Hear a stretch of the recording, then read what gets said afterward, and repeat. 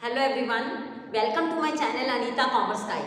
पिछली वीडियो में मैंने आपको फीफो मेथड के बारे में बताया था, जिसमें जो भी प्रोडक्शन को स्टोर डिपार्टमेंट जो इशू करता है गुड्स, वो इशू करता था जो पहले आपने जिस प्राइस में खरीदी है। लेकिन इसमें अंडर जो लीफो मेथड है, ये बिल्कुल अपोजिट है फीफो मेथड में। फीफो मेथड के लीफो मेथड के अंदर जो गुड्स हम इशू करते हैं किसी पर्टिकुलर वर्क ऑर्डर को या जॉब को या किसी भी प्रोडक्शन डिपार्टमेंट को, वो जो लेटेस्ट प्राइस होता है जो जिसमें आपने गुड्स रिसीव की होती हैं, परचेज की होती हैं, उसी प्राइस में गुड्स को इशू किया जाता है। तो इसमें यह है कि मैनेजमेंट को ये फायदा होता है कि जो कम्पिटिटिव सेलिंग प्राइस है उसी प्राइस में जो गुड्स हैं वो इशू की जाती हैं प्रोडक्शन डिपार्टमेंट को। और in case of rising prices this method is suitable, क्योंकि राइजिंग प्राइसेस में ये है कि आप जो गुड्स इशू कर रहे हैं वो आपने करंट सेलिंग प्राइस में इशू कर रहे हैं। और जब आप ये मेथड जो है सुटेबल है at the time of rising prices, क्योंकि उसमें आप जो गुड्स इशू कर रहे हैं वो जो लेटेस्ट आपके करंट प्राइसेस है उसी में इशू कर रहे हैं। तो ये फायदा आपको इसमें हो जाता है राइजिंग प्राइसेस में। LIFO method is suitable than FIFO method. अब हम ये देखेंगे कि लीफो मेथड में हम किस तरीके से काम करते हैं, इसके क्या फायदे हैं, क्या नुकसान है। फायदा जो है बिल्कुल फीफो मेथड के जैसे, ये बहुत ही सिंपल है, बहुत इजी कैलकुलेशंस हैं। आप इजी कैलकुलेशंस करके पता कर सकते हैं कि क्लोजिंग स्टॉक की क्या वैल्यूएशन आपके पास रह गई है।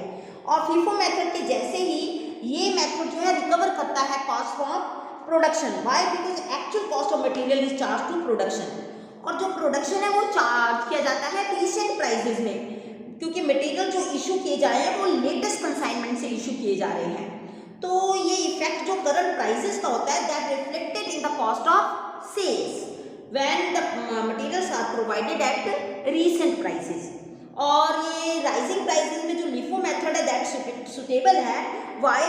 क्योंकि मटेरियल जो आप इशू कर रहे हैं वो करंट मार्केट प्राइसेस में इशू कर रहे हैं विच आर हाई, और ये मेथड आपको हेल्प करता है लोअर प्रॉफिट शो करने में, क्योंकि आपकी जो कॉस्ट ऑफ प्रोडक्शन है वो ज़्यादा शो हो जाती है इस मेथड को फॉलो करने में। और आप अगर डिसएडवांटेज देखें तो ये फीफो के मेथड के अनुसार इसमें भी बार बार आपको देखना पड़ता है, और आप इसमें कंपेयर भी नहीं कर सकते एक जॉब को दूसरी जॉब से, क्योंकि हर जॉब में जो है आपके प्राइसेस जो है वो चेंज हो सकते हैं। तो आप कोई भी कंपैरिजन नहीं हो सकती है टू पर्टिकुलर जॉब में। और क्लैरिकल बार बार आपको क्लैरिकल इसमें काम ज़्यादा है, टाइम कंज्यूमिंग, क्योंकि again and again you have to value the stock whenever you are issuing to the production department और जॉब। और ये जो है सिंगल रिक्विजिशन के लिए आपको एक ही सिंगल रिक्विजिशन के लिए more than one prices has to be reflected या हैज टू बी अडॉप्टेड। और जो स्टॉक इन हैंड है जो आप वैल्यू कर रहे हैं वो भी जो है रीसेंट करंट मार्केट प्राइस नहीं बताता है, क्योंकि क्लोजिंग स्टॉक अंडर वैल्यूड भी हो सकता है, ओवर वैल्यूड भी हो सकता है एट दिस मेथड। तो हम एक प्रॉब्लम करेंगे और एक प्रॉब्लम करेंगे जिससे हम प्रैक्टिकली समझेंगे लीफो मेथड, ताकि आपको लीफो मेथड जो है, जो कि बहुत ही इंपॉर्टेंट है valuation of materials when you are issuing to the production department from store department. तो यहाँ वेयर हाउस जहाँ भी आपने गुड्स रखी हैं, जब भी आप इशू कर रहे हो प्रोडक्शन को, जॉब को, तो ये मेथड कैसे काम करता है उसके बारे में हम एक प्रैक्टिकल प्रॉब्लम से समझ रहे हैं। लास्ट जो आपको मैंने एक प्रैक्टिकल प्रॉब्लम आई थी जिसमें से मैंने फीफो मेथड समझाया था, वही प्रॉब्लम मैंने आपके सामने डिस्प्ले किया है। उसी से आज हम ये लीफो मेथड जो है वो समझेंगे, जो कि एक मेथड है of pricing of material when you are issuing to the production department और जॉब और वर्क ऑर्डर। तो ये आपके सामने डिस्प्ले की है प्रॉब्लम, देख लीजिए। इसमें आपको ओपनिंग स्टॉक दिया हुआ है और इसके अलावा आपको क्या क्या रिसीविंग की है। जब भी आप रिसीव कर रहे हैं तो आपको यहाँ लिखना है जो कि प्लस है, ये आपके पास आ रही है स्टोर डिपार्टमेंट में। और जब भी आप दे रहे हो, इशू कर रहे हो प्रोडक्शन को या जॉब ऑर्डर को, तो माइनस वाली साइड दैट इज इशू में आ जाएगा। तो बैलेंसेस में ये सारा ऐड होता जाएगा, और जब जब आप इशू करोगे वो सब माइनस होता जाएगा। और हम देखेंगे कि कैसे ये वर्कआउट करता है।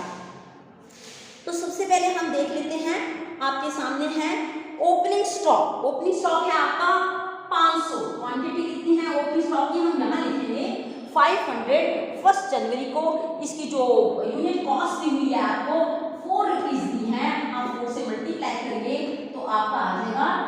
2000। तो 500 multiply by 4 you will get 2000। इसके बाद देखिए आपने जनवरी 4 को आपने इसी तरीके से फॉर्मेट बनाना है जिसमें पर्टिकुलर्स और रेफरेंस लिखना है, रिसीप्ट्स लिखने, इशू लिखने, बैलेंस लिखने हैं। हर एक के 3-3 कॉलम होंगे, quantity, total cost and unit cost. और जब भी आप गुड्स रिसीव करते हैं तो रिक्विजिशन, तो आपने गुड्स रिसीव्ड नोट लिखना है। जब भी आप गुड्स रिसीव कर रहे हैं स्टोर डिपार्टमेंट में तो आप लिखेंगे गुड्स रिसीव्ड नोट। जब भी आप गुड्स रिसीव करते हैं तो आपने यहाँ लिखना है गुड्स रिसीव्ड नोट। और जब भी आप गुड्स इशू कर रहे हैं तो आपने लिखना है रिक्विजिशन स्लिप नंबर। और अगर आपका ओपनिंग स्टॉक है तो यहाँ पर बैलेंस, ओपनिंग बैलेंस लिखना है, बैलेंस ब्रॉट डाउन, और यहाँ पर डेट्स आती जाएंगी।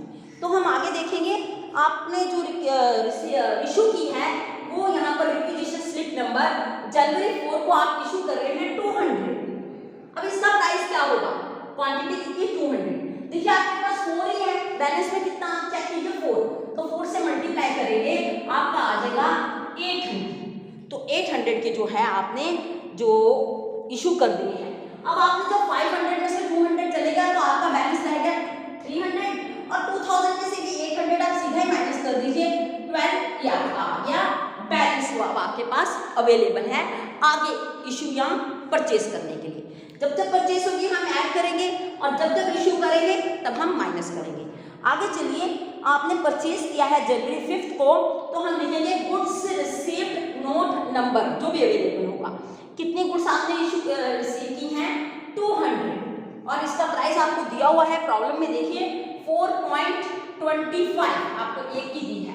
4.25 को 200 से मल्टीप्लाई कीजिए, 2 5 जा 10, 2 2 जा 4 and 5, 4 2 जा 8, 850 आपका आ गया। और ये 2 डेसिमल से कट गया, 850 आ गया। अब देखिए ये आपके पास आया है, तो पहले आपके पास कितने थे? 300, बस 200 आ गया, तो ये टोटल आपके पास बैलेंस हो गया 500। अब ये कैसे हुआ है? 300 है आपके पास 4 में, और जबकि आप ब्रैकेट में यहाँ लिख सकते हैं 300/4 है, जबकि आपके पास 200/4.25 है। ये आपके पास बैलेंस है।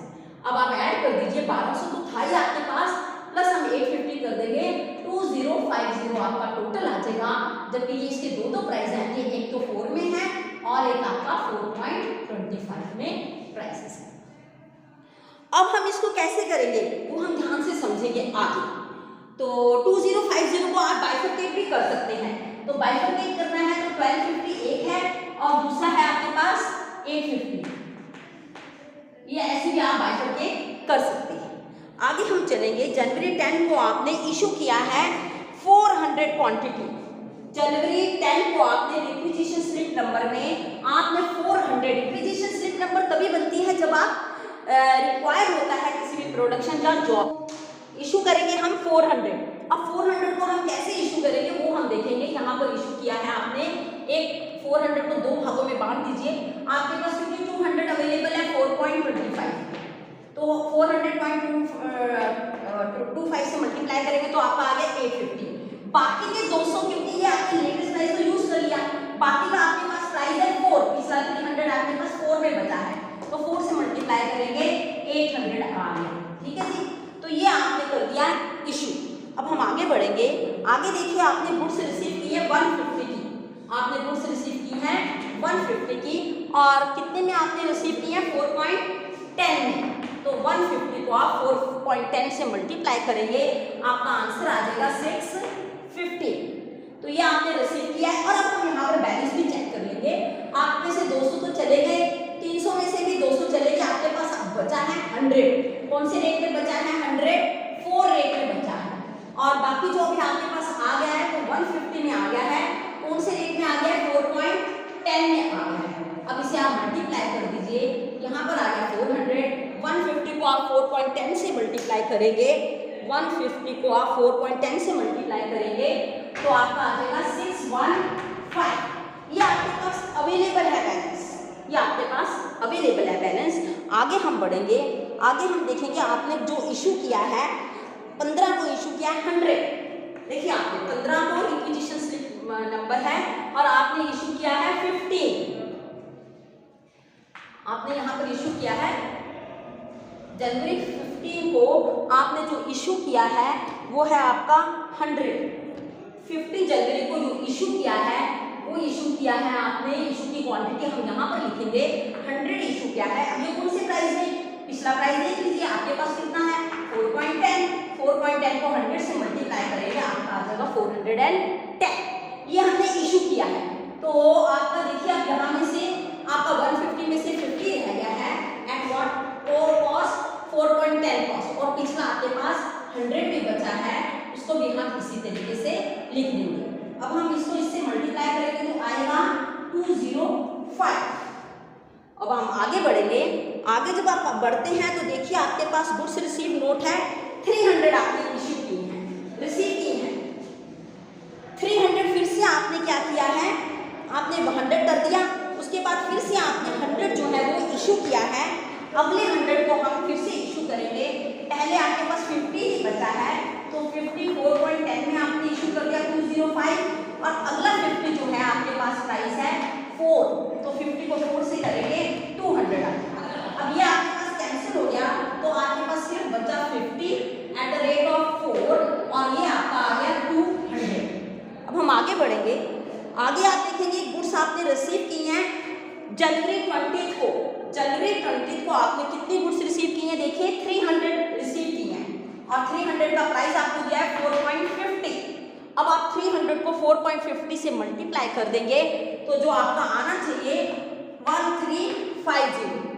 300 को 4.50 से मल्टीप्लाई करिए, आपका आ गया 1350।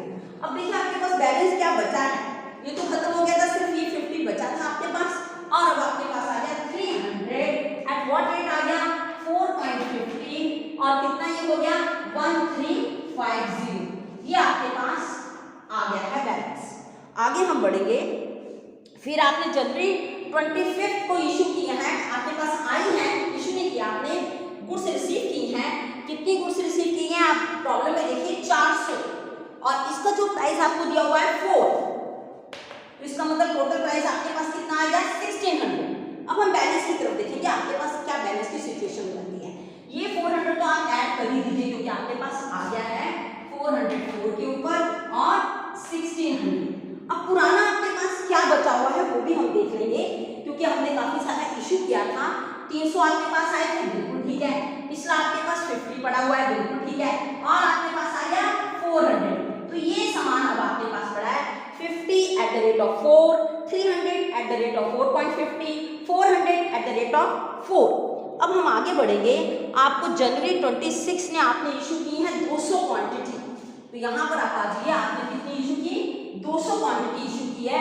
आप यहाँ पर लिखेंगे 200 क्वांटिटी, क्वांटिटी वाले कॉलम में लिखेंगे आप 200। अब किसमें इशू करें हम, लेटेस्ट प्राइस देख लीजिए 4 है, तो 4 में आपने इशू कर देना है, कितना आ जाएगा 800। 4 आपने जो लेटेस्ट प्राइस है वहीं पर आपने पहले इशू करना है। अगर वो क्वांटिटी खत्म हो जाती है तब हमने प्रीवियस क्वांटिटी को कंसीडर करना है। तो अब ये देखिए 400 में से आपके 200 चले गए हैं, तो ये वाला बैलेंस कितना रहेगा 200, पिछला तो वैसे ही आपका चल रहा था, तो ये आपके पास बैलेंस बचा है। इसका रेट हम लिख लेते हैं, एक का 4 था, एक का 4.50 था, और एक का 4 था। टोटल कॉस्ट में लिख लेते हैं 800, और 3 को हम 450 से मल्टीप्लाई करेंगे, 3 5 जा 15, 4 3 जा 12, 1350, और 50 का 200, इसलिए आपके पास बचा है। अब लास्ट है आपके पास जो आपने इशू किया है जनवरी 30 को, वो आपने इशू किया है 200। देख लीजिए कितना इशू किया है। लास्ट में आपने इशू किया है 250 यूनिट्स जनवरी 30 को, तो आपने 200 यूनिट्स किस तरीके से इशू करना है वो देख लीजिए आप। 200 में से आपके पास बचा कितना है, 200 ही आपके पास बचा है ऑलरेडी, तो हम 250 इशू किया है। लास्ट में आपने देखिए प्रॉब्लम में थोड़ा सा देख लीजिए ध्यान से, कितना इशू किया जनवरी 30 को 250। तो अगर आप 250 इशू कर रहे हैं तो वो किस तरीके से होगा, आपके पास पिछला बैलेंस कितना बचा है 200, 50 हम लास्ट वाला बैलेंस ले लेंगे, 200 at the rate of rupees 4 में हम करेंगे तो आपका यहाँ आ जाएगा 800, राइट। और आपका जो ये 200 तो चले गया आपके पास। अब पिछले 300 वाला रेट हम उठाएंगे 4.50, तो यहाँ पर आ जाएगा 4.50। अब इसको हम मल्टीप्लाई करेंगे, 5 5 जा 25, 225, तो इसमें हमने क्या कर दिया, इशू कर दिया है। अब आपके पास बैलेंस क्या रह गया है, यहाँ पर देखेंगे, देखिए ये 200 गायब हो गया, और और ये 50 इसमें से गायब हो गया। तो आपके पास बचा क्या? Closing stock. एक तो 50 पड़ा है at the rate of ₹4 that is 200 और ये 300 में से आपका चला गया 50, तो आपके पास कितना रह गया? 250 एट व्हाट रेट? 250 जो है आपका रेट है आपका 4.50।